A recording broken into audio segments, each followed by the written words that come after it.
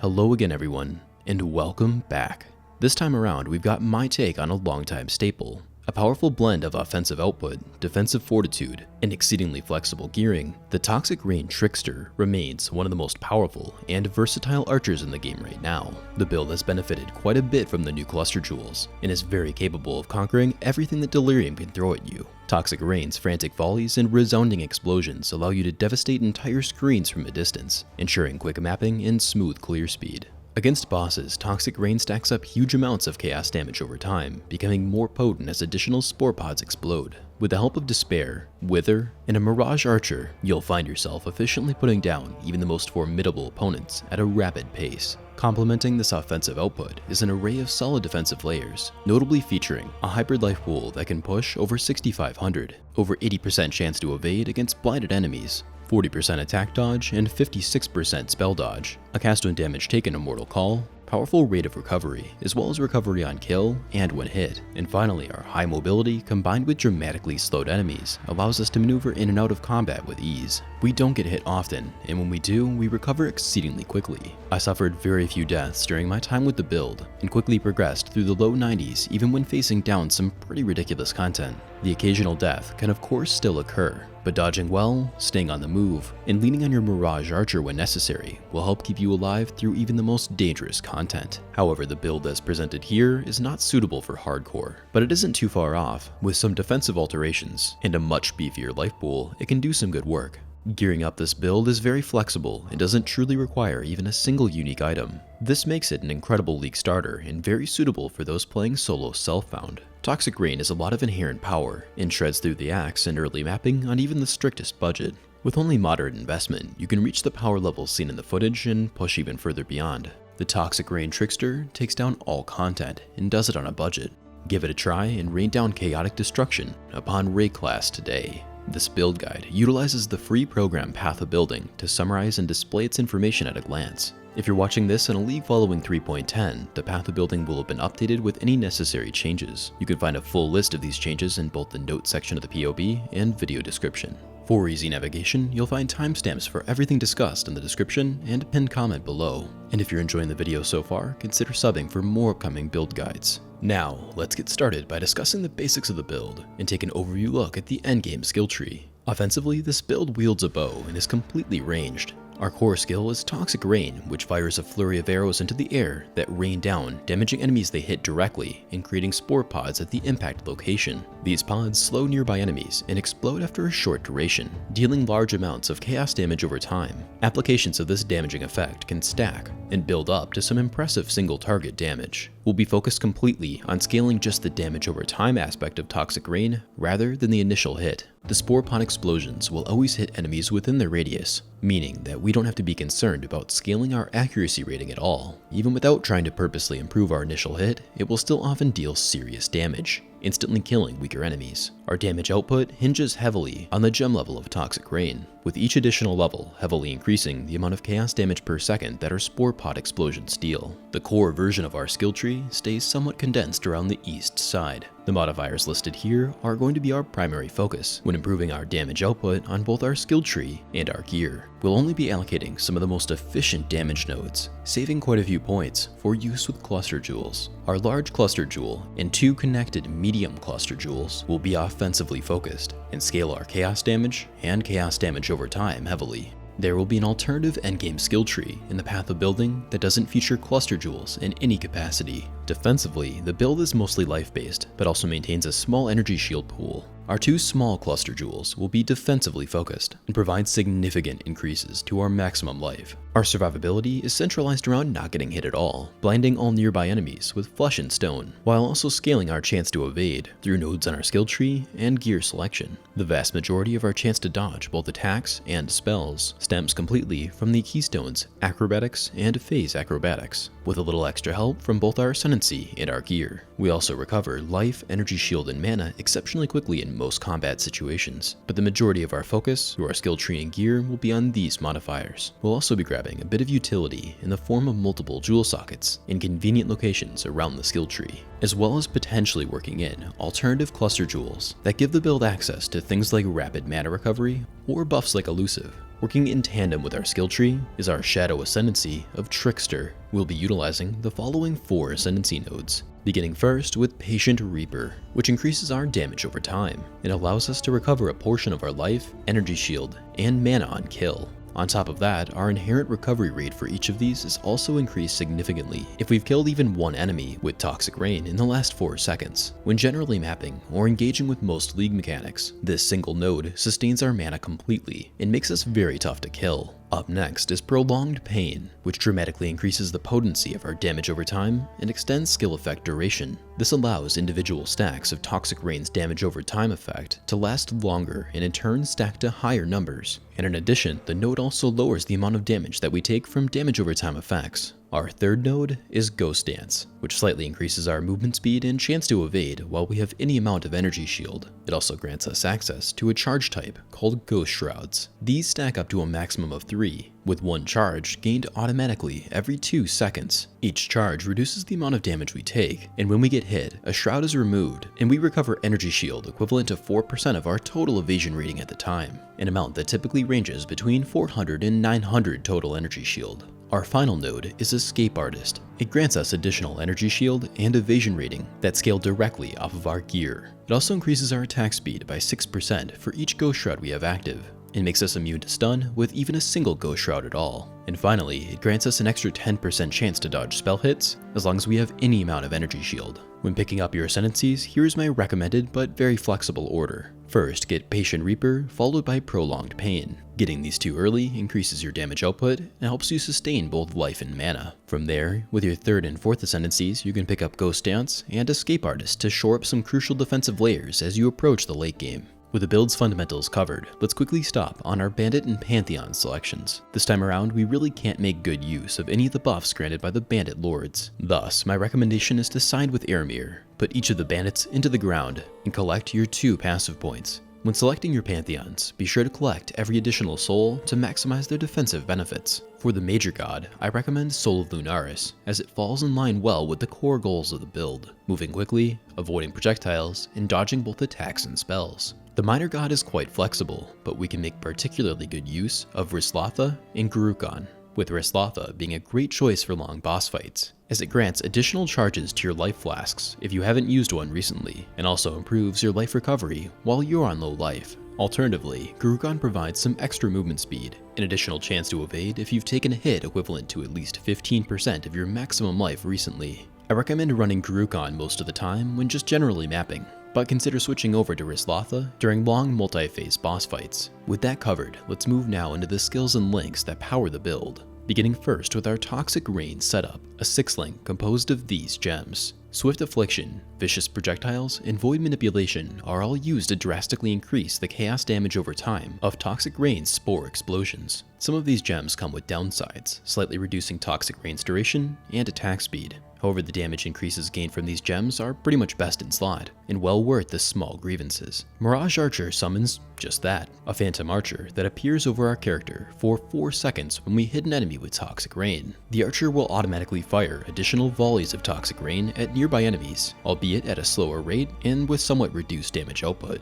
This makes our mapping experience significantly smoother, and also helps to saturate bosses with scores of extra Spore Pod explosions, increasing the potency of our single target damage. We can choose to lean on this support in extremely dangerous encounters. Rather than needing to constantly stand still to deal damage, you can launch a single volley of Toxic Rain to summon the Mirage Archer, and focus on dodging while the Archer does the work for you. Finally, we've got an Empower support, ideally at level 4, though a lower level Empower will still be helpful. Empower increases the level of active support gems that are linked to it, in this case increasing the level of Toxic Rain, which itself at high levels gains huge amounts of base chaos damage. By socketing Empower support into an endgame weapon that looks something like this, Empower itself will be raised to level 7, which will then in turn increase the level of Toxic Rain by a total of 6, raising it from level 21 up to 27, nearly doubling its base chaos damage output, making Empower the most important part of our endgame 6-link. Be sure to also prioritize getting that level 21 Toxic Rain, and use any awakened versions of these support gems that you can comfortably afford.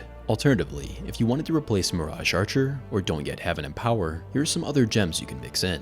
Each of these come with small downsides, reducing area of effect, only being active conditionally, or just being a little underpowered compared to other options that we're already using. Up next, we've got our aura setup, a 4-link composed of these gems. Flesh and Stone is a dual functionality aura. However, in this build, we'll be using it exclusively in Sand Stance. While in Sand Stance, we'll be taking less damage from faraway enemies and blinding everything nearby, dramatically reducing their chance to hit us. This aura should not be undervalued and is one of our most important defensive layers. Clarity provides a large amount of flat mana regeneration per second and plays a big role in helping us sustain the expensive, continuous use of Toxic Rain against single targets. Leveling up Clarity increases both the mana regeneration provided and the amount of mana that the aura reserves. Thus, you want to level Clarity as high as possible, while maintaining a balance between having enough unreserved mana and regenerating enough to sustain skill usage. This is going to vary depending on your exact setup. As a general rule of thumb, try to leave around 3 times the mana cost of Toxic Rain unreserved and ready to be used. In my case, with an Enlighten level 3 and 2 rings that lower the mana cost of Toxic Rain down to 21, I was able to comfortably raise Clarity up to level 16, leaving 64 mana free and helping me passively regenerate over 57 mana per second, ensuring that I can use Toxic Rain non-stop for far longer than I would ever realistically need to. Even pausing for a fraction of a second will put me back to full mana instantly. Our final aura is the powerful Malevolence. It substantially increases both our damage over time and skill effect duration, giving our Spore Pod explosions a nice damage boost and allowing individual stacks to last longer, further increasing our high-end single target DPS. An offensive alternative you can consider is Skitterbots. This will require dropping the powerful defensive layer of Flesh and Stone. In return, you'll be consistently chilling and shocking nearby enemies, increasing overall damage output and slowing down enemies even more. Regardless of what you choose, we'll be linking all 3 auras to an Enlighten support between levels 2 and 4. This frees up additional mana by reducing the amount of mana that our auras reserve, allowing us to level Clarity much further. This is very helpful to have, but certainly not required if you can solve the issue of mana sustain in other ways. If you can't afford one, temporarily allocate the Charisma cluster in the skill tree for a similar effect. If you're having trouble sustaining mana against some bosses, give some consideration to the following temporary solutions. Vol Clarity will reduce the mana cost of your skills to 0 for a short duration. The Cluster Jewel notable Mindfulness heavily increases mana regeneration when stationary, or the inclusion of an Enduring Mana Flask, which will constantly replenish mana at a rapid pace, even if it reaches full capacity. Each of these options will give you better sustain against single targets, but are essentially band-aid solutions, and will become far less useful once you have enough mana regen. Our next setup is a 4-link composed of these gems. Wither is a spell that debuffs enemies, hindering their movement speed significantly, and inflicting the Withered debuff. Each stack of Withered increases chaos damage taken by 6%, and can stack up to a total of 15 times, causing a fully debuffed enemy to take a staggering 90% increased chaos damage. We'll be automating this spell by linking it to Spell Totem. When placed, the totem will automatically cast Wither on nearby enemies for us, and when combined with multiple totems and faster casting, we can have 3 totems down at once. The Withered stacks will accumulate quickly, providing an invaluable boost to our single target DPS. Our next setup will be a 4-link composed of these gems at these exact levels. Cast when damage taken will automatically trigger linked spells when its damage threshold is reached. These spells will need to have a level requirement, equivalent to or less than that of cast when damage taken itself. We'll be keeping cast when damage taken at level 1 so that its damage threshold stays low. We don't get hit very often and want to ensure that when we do, it triggers consistently. Among the triggered spells will be a level 3 Immortal Call, which reduces the amount of physical and elemental damage that we take for a short time. This makes it a lot less likely for any additional incoming damage to actually kill us, and provides an invaluable window of time to make a full recovery. Also linked to cast when damage taken will be a level 3 Flame Golem. This simply increases our damage output slightly, and will be automatically recast every so often if it happens to die. We'll be linking everything to an increased duration support. This can be fully leveled and exists to make Immortal Call last as long as possible. The final gem setups will take advantage of the 6 total sockets available in our body armor. Fortunately, we won't be needing a second 6-link here. Rather, we'll have a 3-link, 2-link, and an unlinked skill taking up the remaining sockets. Up first, we've got the 3-link of Vol Grace, Vol Haste, and Increased Duration. We won't be using the actual aura portion of these skills in any capacity, so don't turn them on. As you kill enemies, these skills will accumulate souls, and when full, can be activated for a limited time. Vol Haste increases our attack and movement speed, and Vol Grace raises our chance to dodge both attacks and spells up to their cap of 75%. With the help of increased duration support, Vol Haste lasts over 10 seconds and Vol Grace over 15, providing a meaningful and surprisingly long-lasting boost to both our damage output and defensive capability. Next, we've got the 2-link that comprises our movement skill. The newly buffed Dash allows for medium distance, instant travel, great for dodging and general map traversal. Second Wind increases the cooldown speed of Dash and gives it an additional maximum use, allowing you to string multiple uses of Dash together, instantly covering a huge amount of ground. And finally, our very last socket is quite flexible. We can consider using Frenzy for easy access to Frenzy charges, or we can get some quality of life with the inclusion of Portal. This spot is very open, so feel free to swap in anything you'd like. With that, we've completely wrapped up the core skills and links. Let's briefly discuss the basic mapping and bossing strategies that this build employs. Mapping with this build is simple, and really does come down to the fundamentals. Keep your flasks up consistently, stay on the move as much as possible, and dash frequently to both avoid incoming damage and traverse empty areas quickly. Trigger Vol Haste as often as you'd like to speed up mapping. If you run into a very dangerous situation, don't hesitate to use Vol Grace. Keep in mind that your clear speed is strong, just not always instant. Toxic Rain's initial hit will often kill weaker enemies, and the resounding Spore explosions clean up anything stronger. Trusting your initial shots and Mirage Archer to clean up packs and stragglers will increase your mapping speed significantly.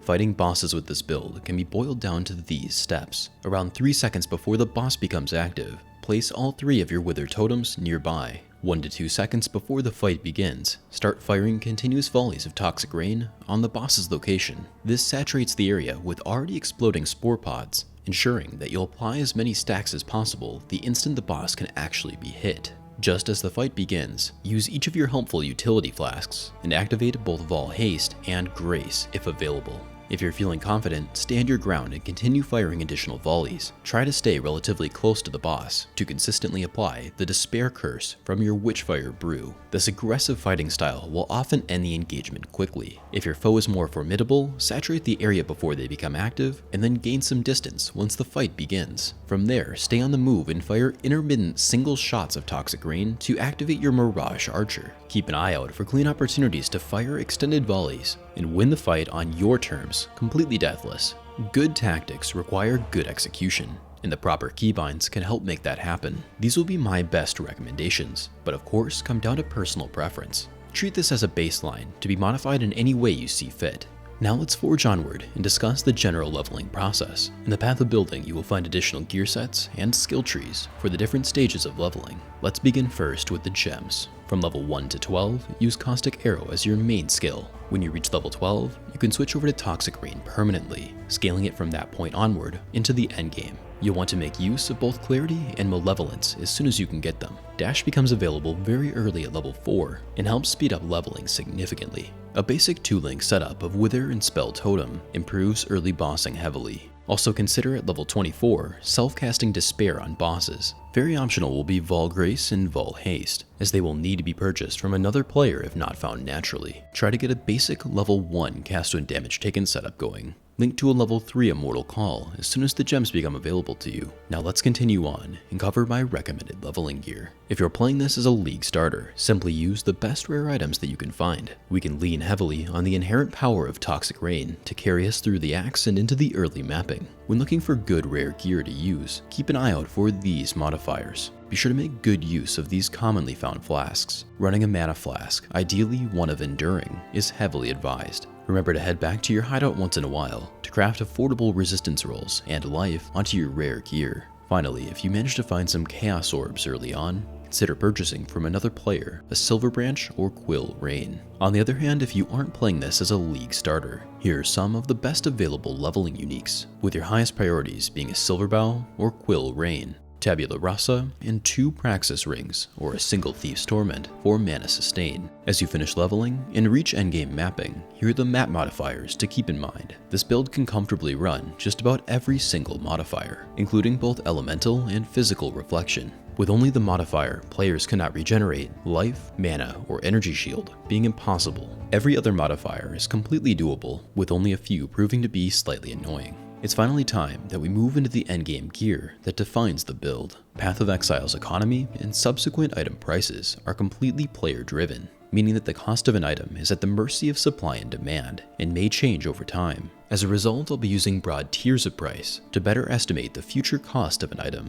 those tiers being cheap 0 to 20 chaos, moderate 21 to 100 chaos, and expensive anything over 100 chaos in price. Let's begin first with our endgame weapon selection. When fully optimized, this will be an expensive rare bow that looks something like this and has the following priorities. This is not required to get fantastic performance out of the build. You can output some impressive damage with a variety of cheap uniques or less optimized rares. What I'll be going over here is simply the best in slot version. The weapon base is flexible, but a thicket bow will serve us best. This style of bow focuses on increasing both the level of socketed gems and socketed support gems. These modifiers combine beautifully with Empower to dramatically increase the level of Toxic Rain, and in turn our damage output. We'll also be looking for large increases to both our generic and chaos damage over time multipliers, as well as trying to get some additional attack speed if possible, but not as a high priority. Much more affordably, you can choose to run either a Quill Rain or Silverbow. Both of these are very capable of pushing high tier maps and do some serious work on a very light budget,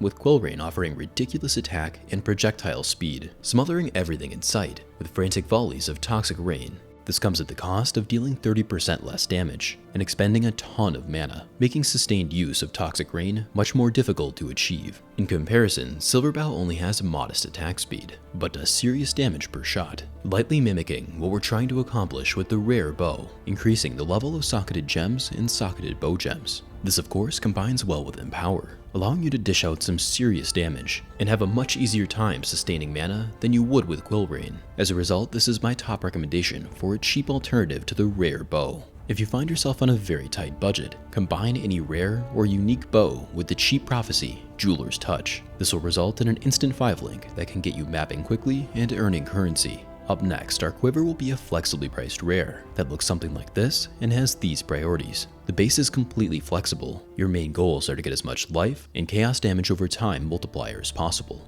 Our helmet selection has a variety of options, one being a flexibly priced rare with the following modifiers. Ideally look for an evasion or energy shield base. Thanks to Escape Artist, we gain a lot of evasion rating from a helmet with high maximum energy shield. This results in a lot of potential combos that can work well. If you've got the currency, the expensive modifier, nearby enemies have -X% to chaos resistance provides a meaningful DPS boost. Alternatively, you can run cheap uniques like the Vertex and Eber's Unification, with the Vertex being a solid defensive option, offering high evasion, energy shield, and chaos resistance, as well as increasing the level of socketed gems by 1. Eber's Unification is more of an offensive choice. It grants decent energy shield and mana, but more notably triggers level 10 Void Gaze when you use a skill. This is a debuff that lowers the chaos resistance of affected enemies by 20%. This results in significantly increased damage, but has a very limited range and a short cooldown between triggers, reducing the consistency of applying its debuff. Regardless of what you choose, here are some of the best helmet enchantments to look for. None of these are truly required, but still have a lot to offer.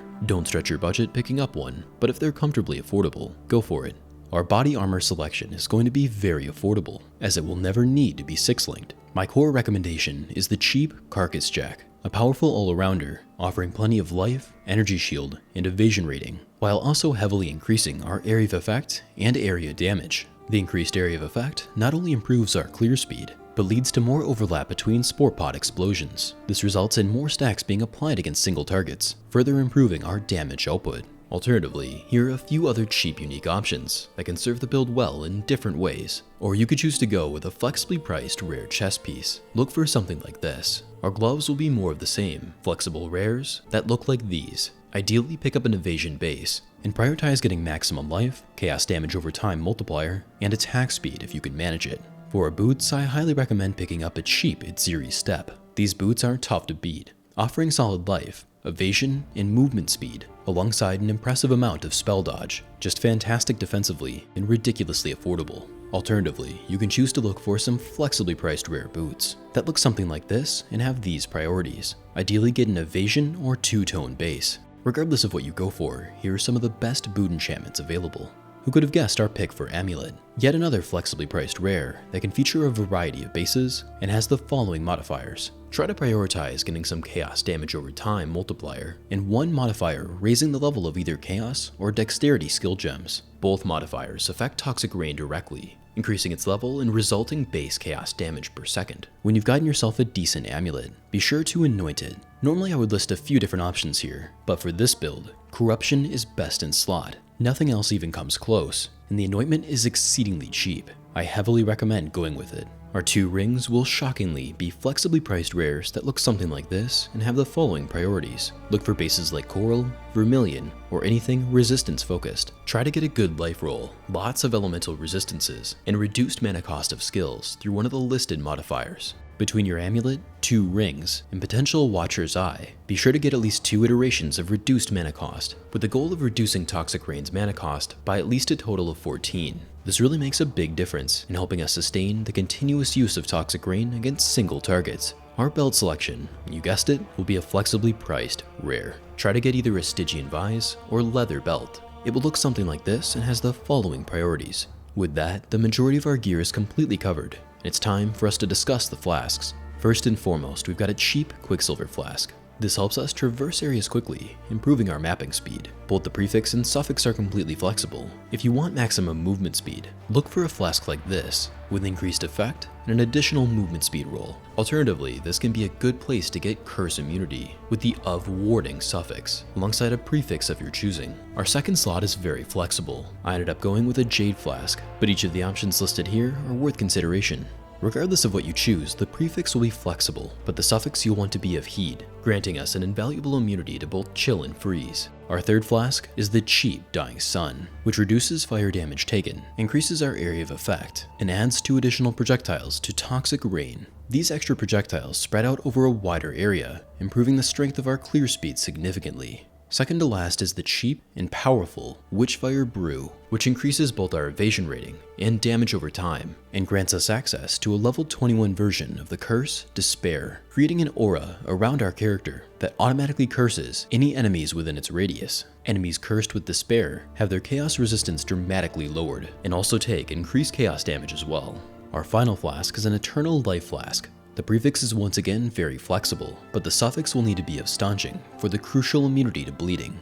And now we find ourselves at the very last stop, being the jewels of the build. Let's talk first about cluster jewels. This build can make incredibly good use of them. We don't have efficient access to enough powerful chaos or damage over time notables on the base skill tree. The routing starts to get inefficient. Those extra points simply achieve better results, investing into some solid cluster jewels. However, the build still functions well without them, and I'll be including an alternative endgame skill tree in the path of building that doesn't use any cluster jewels at all. There are a variety of compelling cluster jewel notables available to us, with these being among the very best options. During my time with the build, I ran a setup that looks something like this, but this is just one way to go about it. Feel free to mix in different jewels and customize your setup to suit your build's needs. Up next, we've got the expensive and very optional Watcher's Eye, with my top recommendations being the lowered mana cost and damage over time multiplier. In the remaining jewel sockets, you're going to want to place a few rare jewels that look just like this and have the following priorities. If you choose to run a Stygian Vise, you're going to want an abyssal jewel like this. Look for these modifiers. Finally, for those interested, here are the music tracks and MTX that were used in the video. If you end up giving this build a shot, I hope it serves you incredibly well. A huge thank you to all of my patrons for their continued support of the channel. It's truly appreciated and makes this content possible to produce. Special recognition goes to the following patrons for their dedicated support: Andrew Miller, Bloody, Chris IRL, Christopher Cravey, Christopher Murdoch, Daniel Wigg, Darren Clark, Davor Makovac, Gareth Thomas, Garth Anderson, Greg Wells, Hunter Wild, Jacob Davey, John Snyder, Kevin Langevin, Kurt Wood, Lukasz Galik, Michael Johnson, Modimus Prime, Rasmus Blokpausko, Ray Hill, Rene Gosser, Richard Bollinger, Sabaton Babylon, Sinister Data, Stefan RCH, Xi, and Zolaris. Thank you everyone. If you'd like to be credited at the end of each of my videos, or join our Discord for Path of Exile and channel discussion, consider checking out the Patreon link in the description below. If you have any questions or feedback, leave them down below and I'll do my best to answer. If you enjoyed the video, consider subbing to the channel for more upcoming build guides. And as always, I've been Esero, and I will see you guys in the next video.